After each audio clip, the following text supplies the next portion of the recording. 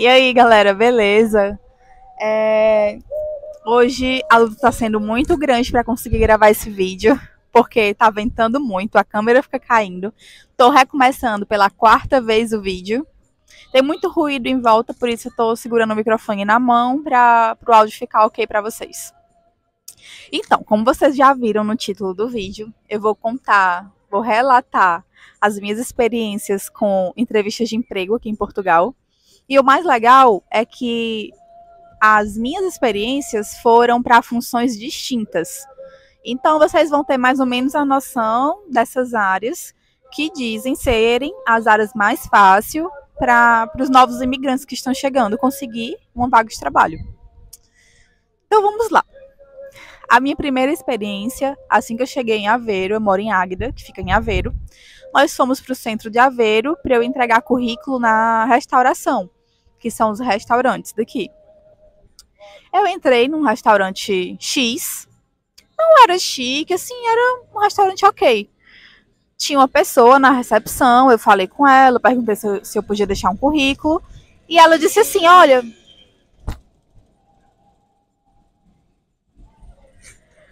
E ela disse assim, olha, eu vou chamar o gerente para ver se ele quer já fazer a entrevista com você. E eu fiquei super animada. Olha, vou contar uma coisa para vocês. Eu trabalho desde os meus 15 anos, eu tenho 27. Então, eu tenho uma vasta experiência com entrevistas de emprego. Quando ela me falou que ele ia me entrevistar na mesma hora, eu fiquei um pouco nervosa, mas eu sempre me saí bem em entrevistas, então, ok. Ele me recebeu muito bem, foi simpático, me chamou para sentar. E a primeira pergunta que ele lança é: qual é o seu nível de inglês? Gente, aí eu olhei pra ele, eu ia dizer o quê? Aí eu, olha, eu não falo inglês. Aí ele diz assim: e como é que você vai ler o cardápio daqui, se o cardápio é todo em inglês? Aí ele já quebrou minhas pernas daí, porque eu ia dizer o quê? Ah, não, eu olho no Google Tradutor do meu celular. Aí eu fiquei com aquela cara, o meu brilho foi sumindo na mesma hora e ele prosseguiu. Certo, você mora em Águeda. Eu sim, moro em Águeda. Você já sabe quanto de combustível você vai gastar de Águeda pra cá? E eu fui explicar a minha situação. Olha, eu caí num golpe, enfim, e eu tava hospedada num hostel. O quarto mais rápido que eu achei para alugar foi em Águeda, mas se a gente conseguir trabalho, tanto eu como meu esposo, em Aveiro, aí a gente vai procurar para um local para morar mais próximo. Mas, gente, isso não entrou na cabeça dele. Ele parece assim que não ouviu eu dizendo isso. Aí ele, tá, mas você já fez o cálculo de quanto você vai gastar de combustível de ida e volta? Aí eu já respirei fundo. Aí ele foi dizendo: olha, o combustível tá um e tanto. Você é tantos quilômetros para ir, tantos quilômetros para voltar. Você vai gastar. Isso ele foi falando da boca dele mesmo. Aí quando ele terminou de fazer todos os cálculos, ele olhou para mim e perguntou: e aí, você sabe quanto dá? Aí eu. Gente, eu juro, eu não sei porquê, que eu mesma, quando eu vi que ele já tava fazendo hora com a minha cara, eu não sei porquê que eu já parei, me levantei e agradeci e saí. Eu fiquei tão destreinada que eu não sabia o que responder. Aí eu disse assim, não sei. Aí ele, tá, vou calcular pra você. Ele pegou o celular dele, colocou na calculadora e foi calcular exatamente quanto eu ia gastar de combustível. Gente, nessa hora, eu já tava assim, eu já tava tão envergonhada que eu só queria levantar e ir embora, mas eu não consegui. Aí ele perguntou: aí você acha que vale a pena? Você vai gastar tanto de combustível? O salário é 760 só? E eu olhando pra ele, eu, não, tudo bem. Aí comecei a agradecer, já querendo me sair. Ele disse isso aqui: e você veio como turista, né? Aí eu, não, eu vim com um visto de procura de trabalho, inclusive já tenho um agendamento no CEF para levar o contrato. Pronto. Quando eu falei isso, aí ele soltou: ah, então você só quer trabalhar aqui para você pegar o contrato. E aí, quando você pegar o contrato, você vai embora. Aí eu olhei assim pra ele. Aí eu, não. Aí ele, não, mas é isso que acontece. Eu, olha, realmente, eu acredito que tem pessoas que façam isso, mas são pessoas que não têm filho, que não têm responsabilidade, que vivem sozinhas. Mas eu tenho um filho, eu tenho responsabilidade, eu preciso manter uma casa, eu preciso manter o meu filho. Eu não posso simplesmente pegar um contrato e pedir demissão. Eu não tenho essa condição de fazer uma coisa dessa. Mas, gente, não entrou na cabeça dele. Ele ficou me espinziando como se eu realmente quisesse só o contrato. E ele ficou lá, você veio aqui porque é a área é mais fácil, né, de conseguir. Gente, eu já não sabia mais o que falar. Foi uma entrevista, assim, horrorosa. Eu achei que ele foi muito desnecessário. Eu acho que a partir do momento que eu disse que não tinha inglês e tudo, ele já podia ter dito, olha, infelizmente não dá, mas não, ele me espinzinhou mesmo. E eu ainda, humildemente, eu ainda disse assim, olha, mas eu não quero só para servir, você pode me colocar para ser responsável para limpar o restaurante, limpar o chão, ser ajudante de cozinha, alguma coisa assim. Mas, gente, era nítido, assim, que ele não queria. Aí ele, tá bom, tem uma pessoa fazendo experiência aqui, se não der certo, por acaso, eu posso ligar pra você. Aí eu levantei, eu saí de lá assim. Eu não chorei, sabe? Eu fiquei rindo pela situação, mas foi ruim. Ai, foi péssimo. Pronto, essa foi a minha primeira experiência. Horrível, mas beleza. Eu também preparei currículos e fui nos lares de idosos, porque aqui precisam muito de pessoas. Geralmente eles dizem que é um emprego muito bom para quem é recém-chegado no país, ainda não tem experiência. Enfim, fui, deixei o currículo em alguns lares e me ligaram para uma entrevista. Só que nesse meio tempo, eu também me candidatei para trabalhar em fábricas, porque também são bons locais para início aqui em Portugal, né?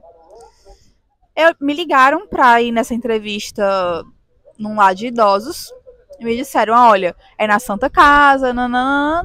Beleza. E me ligaram também, uma recrutadora, para uma entrevista para trabalhar em fábrica.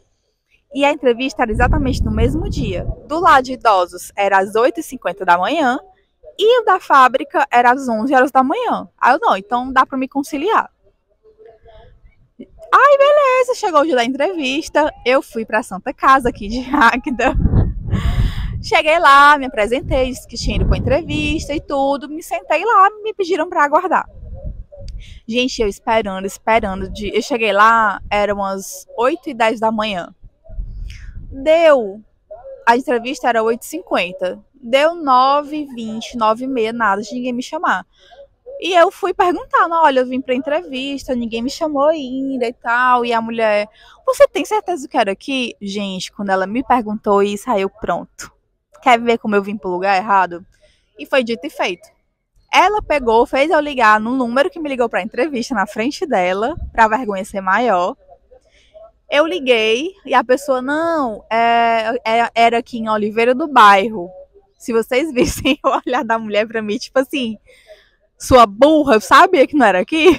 Aí eu fiquei com tanta vergonha que eu disse assim, ótimo, não era aqui, obrigada. Saí querendo morrer e acabei que eu não fui pra essa entrevista do lá, porque eu tinha a entrevista da fábrica e entre o lá e a fábrica, eu prefiro fábrica porque geralmente é segunda a sexta, um horário bacana. E já no lado de idosos, gente, você trabalha de domingo a domingo, tendo folga uma vez na semana. E geralmente é no meio da semana a folga. Você trabalha o final de semana inteiro.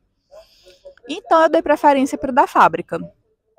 Agora, já a experiência da entrevista na fábrica foi maravilhosa, assim. Foi muito tranquila. E aí nós fomos e coincidência é que ligaram tanto para mim como para o meu esposo para ir para essa mesma entrevista da recrutadora que estava contratando para a fábrica. Nós chegamos lá, era uma sala que tinham várias pessoas e a entrevista era nessa sala, só você e a recrutadora, mas todo mundo ouvia. Só que ela foi muito gentil, ela sorria, ela é muito simpática, então eu senti muita vontade na entrevista.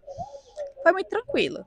As primeiras perguntas foram: quais documentos você já tem? Aí eu disse, olha, eu tenho NIS, eu tenho NIF e eu vim com um visto de procura de trabalho. E essa recrutadora, eles já conheciam esse visto. Aí ela falou, ok, quais são suas experiências? Aí eu mencionei 2 experiências, que foi na Samsung e numa empresa de logística, porque são experiências ali semelhantes, mais ou menos, o que eu deveria fazer numa fábrica. Aí eu falei, ela falou, ótimo, falei das minhas experiências, e ela perguntou se eu tinha conhecimento de empilhadeira, e eu disse que não, aqui eles precisam muito disso. Eu me arrependo de não ter dito que eu ia fazer o curso, eu acabei dizendo só que eu não operava na empilhadeira. E pronto, acabou a entrevista, ela foi muito simpática, aí só perguntou se eu tinha filho, só isso. E disse que dentro de 10 dias entraria em contato caso tivesse passado na entrevista. E eu já adianto para vocês que, infelizmente, embora tenha sido uma entrevista boa, eu não passei. Mas foi bem de boa. Agora vamos para a minha terceira experiência com entrevista. Gente, de antemão, eu quero avisar que realmente eu fui muito lesada. Muito. Eu poderia ter agido de uma forma diferente nessa situação aqui.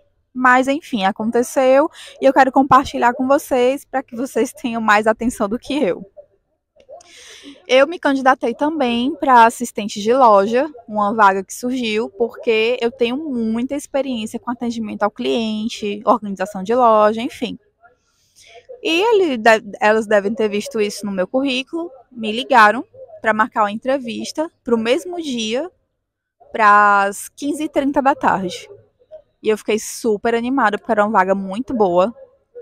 E ela me mandou o link da reunião por e-mail. E eu, em outros empregos que eu tive, eu fiz várias reuniões dessa online. Então, eu nem me preocupei assim de ter problema com o link que ela me mandou. E foi o que aconteceu.